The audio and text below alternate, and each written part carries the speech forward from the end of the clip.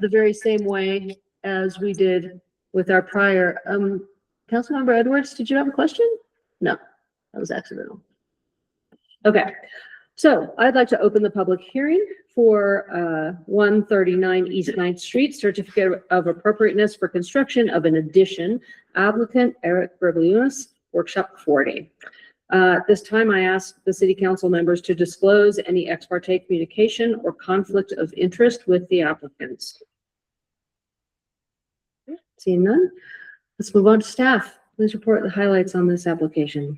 Again, for the record and the recording, my name is Jacob LaShawn, Director of Community Development for the City of Leadville. And this application is for a site that is very prominent to anyone who is entering our historic district from the north as they turn right onto 9th Street off of Poplar Street. This is really one of the first historic residential structures that can be seen in our historic district coming into town.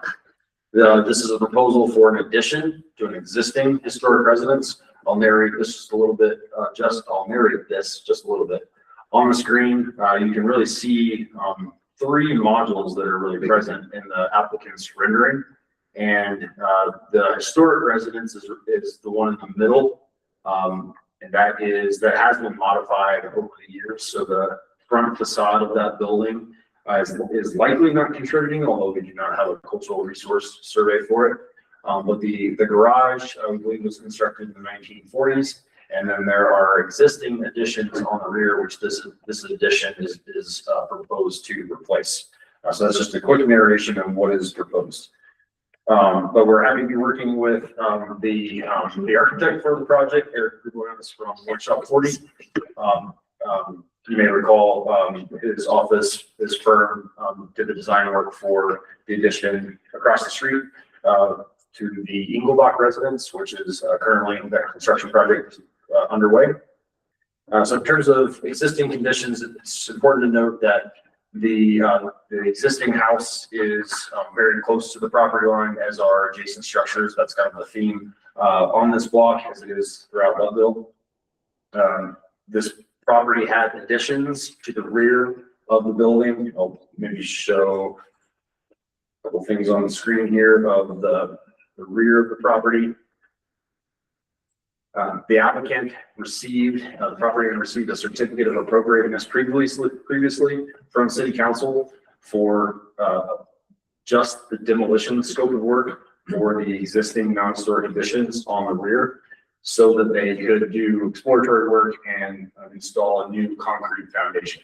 So this is a separate application from what has previously been approved by the City Council for demolition. Now the applicant is the applicant is just proposing the new construction for the addition to the historic house with this application. The HPC held work sessions and public hearing on this proposed design. This application is being reviewed for compliance with the Secretary of Interior standards of the National Park Service. We do not have local design standards yet for additions to historic houses, so we're using the national standards. There's a full staff report that the staff provided to the HPC evaluating those design standards in your packet. Generally speaking, the HPC found that the project complied with most of the design standards except for setbacks and windows. Staff did communicate a potential concern regarding the height of the addition. Earlier in this meeting, we mentioned the term being subordinate. There are several design standards related to the addition needs to be subordinate to the existing historic house. So that can be accomplished in a variety of ways. This addition is checking lots of the boxes in terms of subordination. It is in the rear of the property, it's set back, it is differentiated. Really the only thing that staff was communicating to the HPC that maybe a potential concern was the height.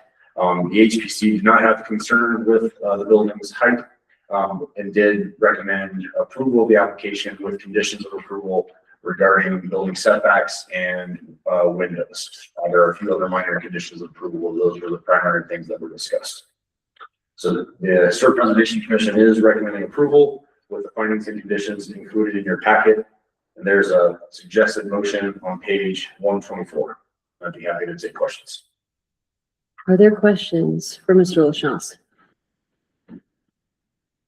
I thought there was something about the addition in the back with the windows. That was one of the conditions, I think. I can put the rendering on the screen and narrate that.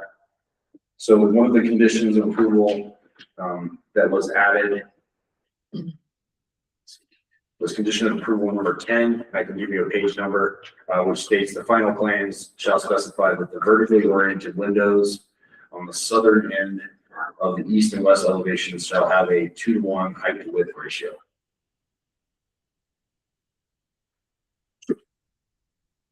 Which they don't have in the picture. Is that what you're, are you saying they would? At the different elevation. Sorry, let me pull up this is the south. This is the south elevation. I think we're looking for the east elevation. Okay, so that is okay. The windows are fine in that, according to the HPC. Yeah, this references the southern end of the east and west elevations. So on the screen is the east elevation. And this is the east elevation. That might be referencing the wrong thing. So if you go to the. Hold on. It's real hard for us to hear folks from the back, so you don't. And then this is the north elevation.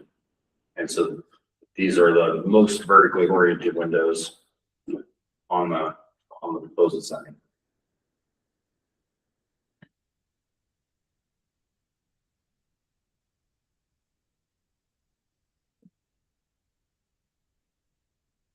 So I guess I'm not entirely clear. Those, which were the windows that needed some address?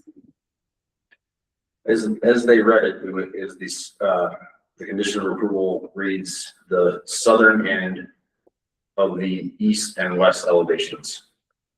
So I think this is labeled on the plans as the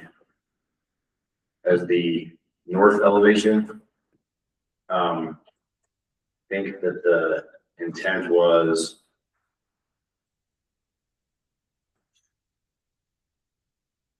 the southern end of the west elevation.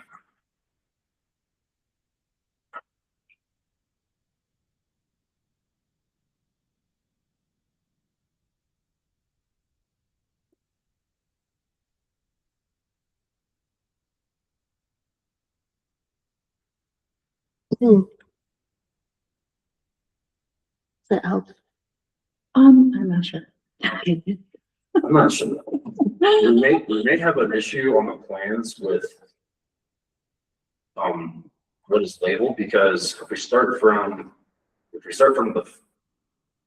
the front of the property, this is labeled as the west elevation, but this would in fact be the north elevation. Right, I'm envisioning it. Okay. That's the north side. Okay. All right. That's the east elevation. This would be east. That's your west. West. Got it. Yeah. Yeah. That And this would be south. south. Yeah. Yeah. So I think the confusion is just because there's a mislabeling on the elevations. That's unfortunate. But the issue is with, I'm just wondering, because I thought I read about an issue with the windows are not in compliance. And those are the south windows then, or not?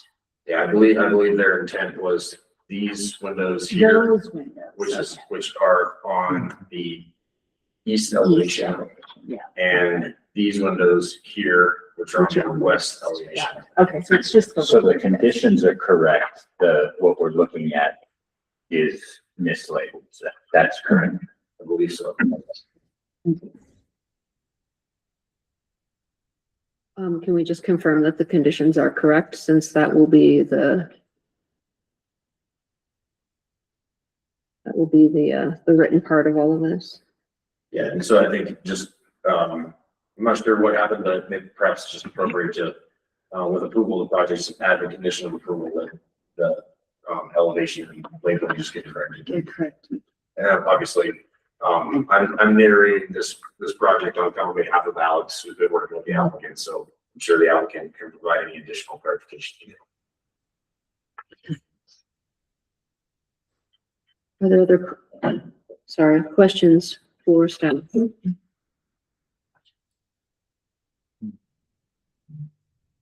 Okay. Let's move on to the applicant.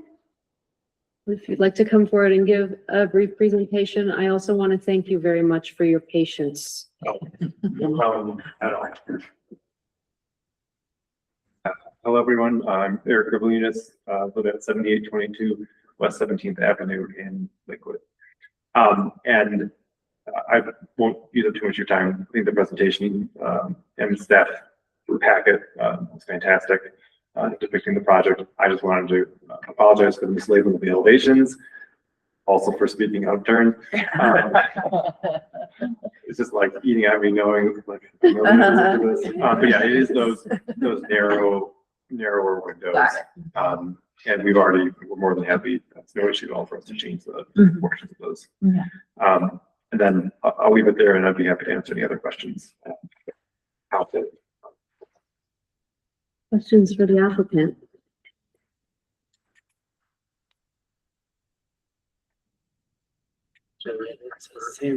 Go ahead. Mr. Verblinis, just one real quick question. I heard a couple of comments that there was some consternation about the height of the rear. What's the ridge height of the rear addition, please? I'm assuming it's well under 35. That's correct. It's 28 feet currently. All right, so And you're maybe 23 inches. yeah, fully 7 feet below our maximum height there, and at the rear of the structure. Thank you. That was my only question. Any other questions for the applicant? Okay, I'd like to move on and open the public comment portion of this public hearing. Is there anyone in chambers who would like to give public comment on this application? Please, come ahead, Steve. I support this, as it is. I'm really happy that, the HPC, allowed for the back structure to be higher because of my property. I'm going to build a back structure possibly, and it will be higher than the cap. Thank you kindly. Thank you, sir. Is there anyone online who would like to give public comment on this application? Seeing none, I would entertain a motion to close the public comment portion of this public hearing. So moved. Second. All in favor? Aye. I saw you say aye, Councilor. Aye. Edwards. Okay. Council deliberations. Anything you want to discuss? Further questions for either staff or the applicant? I'm very Conservation. appreciative of the investment in one of our historic buildings. I think it's great. Yeah, along the same lines, they've been working on this project for 2 years, and it's incredibly well thought out. So it'll be a nice addition to the northern corridor of Leadville. Thank you. Thank you. Other comments? Other? Based on the HPC's recommendation and consistency with the criteria and the conditions, It doesn't- trying to support it. It does appear that the conditions as written are correct with regard to the elevation views.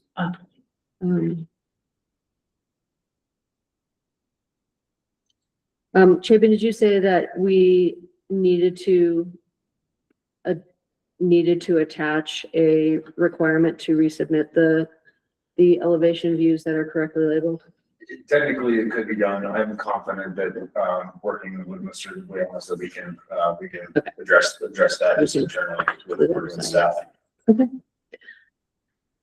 If there's no further deliberation, I will entertain a motion. Thomas moves that city council approve the Munoz Teresa Residence Edition, DL-2026-017, located at 139 East 9th Street, along with the attached findings and conditions of approval. Second. Roll call, please. Councilmember Thomas, Yes. Councilmember Edwards, Yes. Councilmember Terry, Yes. Mayor Pro Tem Clark, Yes. Councilmember Grant, Yes. Councilmember Dolan, Yes. Mayor Green. Yes. Okay, thank you all. And again, thank you very much for your patience. I will close this public hearing at this time. And we are done with our action items. Dang, we know how to roll. Okay. The final item on our agenda is an executive session to discuss the annual review of the city administrator. I wanted to open the floor to Lori before we move to go into executive session. Oh, great, thank you. Thank you for the opportunity to just present this. The council had, I had provided over the weekend, the city administrators 2025 accomplishments and self-evaluation. And I just want to start with, I think, it is obvious that I care very deeply about the city of Leadville, and that, I think in every aspect of the position that we have, we've made improvements. I think I joke with the mayor that oftentimes I feel like we're a startup, right? So there was no city administrator prior to me. And so in the sense of everything is new, everything we're creating, I think Councilmember Clark said we're building it as we're flying it. But I think there are 5 pillars, I do think, for a stable municipal organization. And I really feel like, we've made progress and we're making progress every year. I think 2025 was not an exception. I'm just insanely proud of the fact that our budget process gets smoother every year. I think our finance department started with just keeping the wheels on the bus. And now our finance department, through the addition of an administrative assistant, thank you for approving that, is really looking at long-term, better financial management. I think that's my job, to maintain long-term financial management. So when we look at metrics for the city has improved its net position every year since I've been here. Basically, what does that mean? Financially, we're better off every single year. This year, we're probably going to put about $500,000, $500,000 in for 2025, $500,000 in the bank. There's still some reconciliation for 2025 happening, but about $500,000. I think the prior year, $300,000 in the bank. So that's great. I think any department head would tell you that any request that comes to me for money, what's my first question? Is it in your budget? So that is a constant management issue to make sure we get it. So I think one of the main accomplishments for 2025 is that we are being very smart about fiscal management, in that, uncertain times are always ahead. And we've definitely stayed within our budget. All departments came in under budget last year. There will always be unexpected things, but meeting with departments every one-on-one with them to check and see how they're doing and making sure they stay on track. We have a clean audit. So I know we have our auditor come every year and talks a lot of numbers and everything. Clean audit, no findings, which means that an outside entity has come in and made sure that we're doing everything we should be. Those audits have been filed on time with the state every year, which is a big deal. It's one of our requirements. So those are that's a pillar, right? That's a key pillar.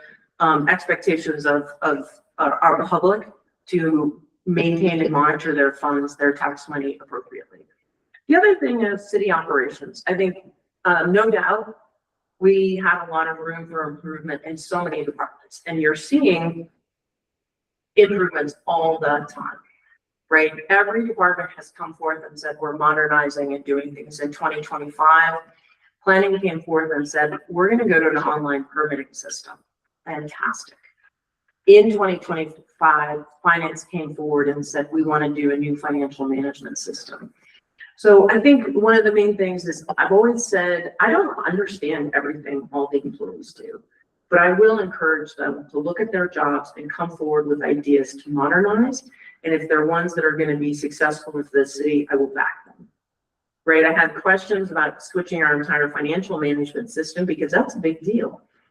But, you know, our finance director came forward and said, what did this to the county? I have familiarity with this. This is the best course of action. And I supported that and advocated for that in our budget. So 2025 brought modernization in addition to many modernizations that we've had over time. But those are just two of the highlights. You know, I think city operations, every year, smoother and smoother. Community relationships, I think our streets department, has worked well with excavation permits and has modernized that so that we're delivering the key community services that people expect. And I think every department has been, you know, I've encouraged them to be willing to accept change and accept that, you know, the mayor has a jar on her desk that says, you know, the answer is that we've never done it that way before. It's, you know, why are we changing? We want to look at that. We want to look at ways to improve operations and efficiency. We had a strategic plan passed in 2025. You know, and the mayor came when she was first elected and said, I'd like to do that. And I honestly said to her, if someone had come 2 years before and said, we need to do a strategic plan, my head would have exploded. We were so busy just trying to make sure we made payroll and do the work. But I thought the timing on that was fantastic. And I credit the city council for, as you know, the mayor says, making the first pancake. And we're a third of the way completed on some of those strategic plan objectives. We are creating a better reporting system in 2025. So finance came and said, hey, ClearGov, which is doing our budget book, they have strategic planning. Can we look at that? And we did a bunch of demos and they said, we think it looks great. And I supported that. We put that in the budget. Now your strategic planning is much more visible to the public, much more interactive. So I think, you know, those are some big ticket items. And I think a couple other things, in addition to that, we kind of always have other entities proposing legislation coming to us. Tobacco licensing ordinance. That was a pretty fantastic cooperation with the county. Department of Public Health came and said, we'd like to do this. And that was actually a great cooperation with them. And, you know, the carry out bag fee. I don't know if that'll amount to a ton of revenue, but I think, you know, for some of our entities in town that may see that revenue, it was important. I think, you know, one of the other things is that we successfully got through and negotiated an animal shelter IGA. And I think that was probably the most difficult IGA. The negotiations in that were prolonged and not always, and sometimes difficult. But I think we all got to the point where we have an IGA, we still have a functioning animal shelter. Maybe it isn't everything we wanted, maybe it isn't everything the county wanted, but we have animal shelter advisory board meetings where those two entities are really cooperating on that. And that was a big deal because that was a chasm at one point. And to lead through that, that took up a lot of you know, heartache and time to get that across the finish line. So just want to celebrate that sometimes things are hard, but we've put our heads down and worked well. I want to talk one of the other pillars is employee and employee management. I think I can't tell you how proud I am when I sit here and listen to the department reports. You have incredible staff. You have incredible people who work for you. They are doing great work.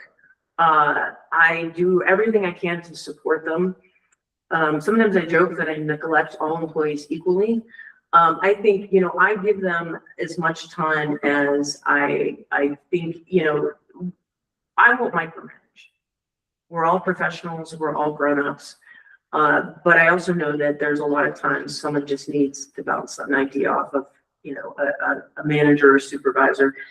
I think one of the proudest things is 2025 is the first full year of our new police chief. And I'm going to say success. You know, that one was a toughie. I put all my chips on the table with that one when we were trying to figure out what was gonna happen with the police department. I said, we have to have our own police department. I think in the future, someday we will grow and maybe regret the fact we closed shop down, right? Like we will at some point want to make sure we have our own police department. And I put my chips on the table and I said, this is important and let's fight for it. And we have a fantastic police chief. By all accounts, he's engaged in the community. He's working hours and pulling shifts himself and is building a really great team. Sometimes it's one step forward, two steps back, but I think he's building a successful team. And I've tried to do everything I can to support his success. I think, other departments, we have a new administrative assistant. I advocated and supported that for our streets department. Huge impact. Cindy's fantastic. She came to us and said, I need to work more than part-time hours or I'm not gonna be able to keep this job. We figured out a way to make that happen. So keeping good people. You also hear our human resources department talking about risk management initiatives. Wow, we did not have time or ability to think about that recently. That's a big deal. That affects not only the health, safety, and welfare of your employees, but it cuts our insurance premiums. Right, so we never had the opportunity to look at that, but she's been wanting to do that, and I've supported that effort. This year, in the 2026 budget, we looked at museums and we said, this isn't being managed. We need to create that position, and so I advocated for creating that position. Our museum coordinator is doing some fantastic work. As you saw, she opened up over Boom Days. Really engaged, really wanting to maybe figure out how best we can utilize those assets. Bottom line is, I think there's two things. There's pay and there's making someplace a good place to work. And that's how you keep employees. And I think we have been doing a good job of both, right? Acknowledging that pay needs to be as commensurate as it can be. It's not going to be commensurate with our adjacent communities, so we need to make this a good place to work. And I think you can see when you see the department reports that we've gotten there. A couple other things I just wanted to highlight. Remember in economic development, we sort of talked about like what's some low-hanging fruit. And I remember, I can't remember if Councilmember Thomas and I talked about this, but maybe another vet in town, right? And we had a town hall about the animal shelter, and two vets came to us and said, we're new in town. And I said, how can we make this work? That took some work to negotiate that with Modern Mobile Vet, but I'm going to say success, right? We have another vet in town. The city is facilitating that. And it took a little bit of effort, but I think that's a success. That's a small amount of economic development. Well, let's pick some low-hanging fruit like that. Communications and city communications and transparency. I think I'm just going to share this with you. When I interviewed for this job, I couldn't figure out what the city council did. It wasn't online. You couldn't find a packet online. I wanted to know what the city council was up to, but I had to come to the dais and get a paper copy to see. So now we have agendas online, minutes online, full packets online. Our deputy city clerk is killing it with getting those packets out. But the public needs to know what we're doing. We just talked about like, how are we getting the word out on things? So we've developed a newsletter. We now, social media accounts. I think it's important for us. We sometimes say we don't sing enough of our own praises. Like we don't celebrate our successes. So we're getting there. It used to be our only contact with the public is if the newspaper covered us. And now I think we're doing a better job of pushing out, issues, information. And I think, so this year it was social media accounts, putting the strategic plan on the website with ClearGov. Those are some big pushes to explain. And I think the ADA compliance was a big deal. That became a, whoa, this is confusing and crazy. And we boiled it down to, we got some software to do our content, and now our deputy city clerk is working on documents. So big lift, but I would say that's a definite success. Community and partner relations is another big pillar of the city administrator job. And I think that's sort of So many partners in our community, so many projects, so many initiatives. I think our relationship with the county has never been better. I think if you all, you know, looking at Dolores Huerta Day, right? That was a cooperation with the county. That was wonderful. Great cooperation, reaching out to the county manager, getting that initiative started, having them work with HR, us working with HR, we're coordinated on that. Working great. So I think some of those things that, you know, look at the comprehensive plan. Ann Schneider and Chapin Lachance working hand in hand out in front of the community, fantastic partnership going great. So I would say, you know, I don't know that when I got here, there weren't excellent relationships. PD and Sheriff's Office were oil and water. Other relationships weren't great. I don't know that there's a relationship that I wouldn't say I don't have a good relationship with the executive of that other entity. You know, so I think there are many initiatives to work together. So like the rec group, right? Many initiatives to get different agencies and entities to work together. So I think those are the pillars. So those are some of the highlights. I wanted to mention, this is what I think is like one of my proudest achievements is I was voted best city employee. And the reason I think this is hilarious is I've been here 4 years now. That's a long time to, I want to say, piss people off, but you know, that's a long time for me to have interacted with people and have them be mad at me. I was actually looking at that. I was like, wow, I guess I haven't, you know, irritated everyone in town by now because you know how the job is. You all are elected officials, you know, you can't please everyone all the time. But I actually am really proud of that because I do think if it is, you know, what is the community satisfaction with the city or even with me, I'll take it because I do think there have been a lot of decisions and hard decisions we've made where people haven't always been happy with the outcome. My philosophy has always been, people may not be happy with the outcome, but if they feel as though they've been heard and been respected and had an opportunity to engage, maybe they don't agree with the outcome, but they at least respect. And so I guess the reason I'm so proud of that is I kind of feel like that's just it is a sign of respect. And so I do think 2025 overall was a good year for the city. I think I'm happy that we're not in a place where we have to say no to everything. We're not in financial dire straits. I think we're headed, the city is headed in a good direction, and I appreciate the partnership with the council. I'm really excited about the fact that, you know, there's not every single resolution and ordinance that was brought before you. This council doesn't kick the cat down. You get them and you vote on them. I've seen councils in other places where things get kicked and kicked and kicked. And I told other communities, I said, we have a council that makes the hard decisions that gets things done. So I appreciate that. I really do appreciate that. I think, you know, the council needs more information or feedback. You're clear on that to staff.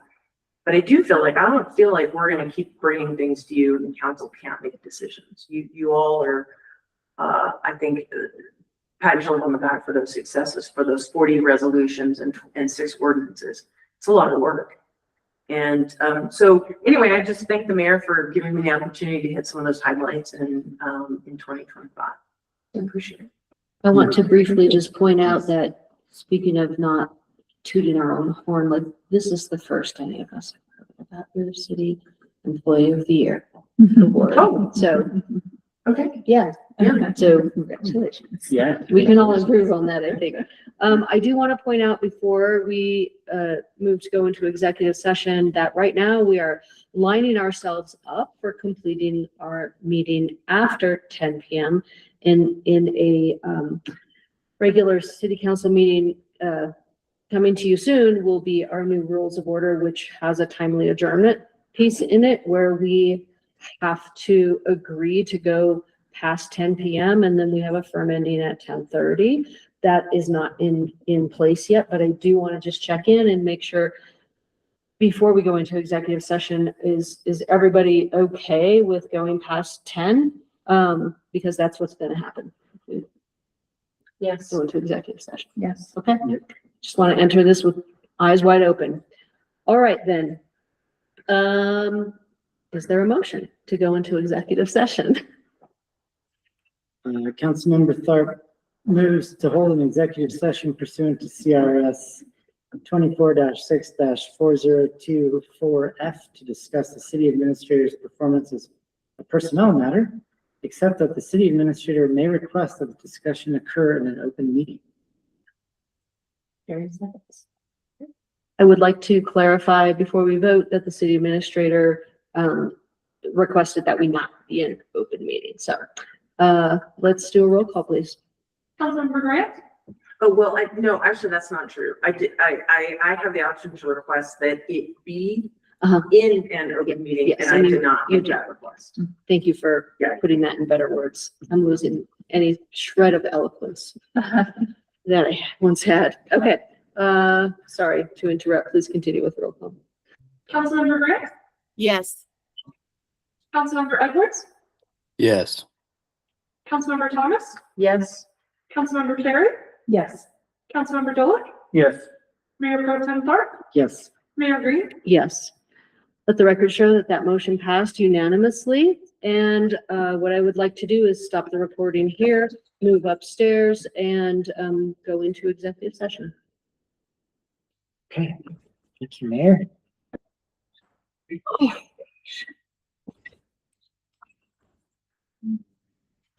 You know, if we didn't just have such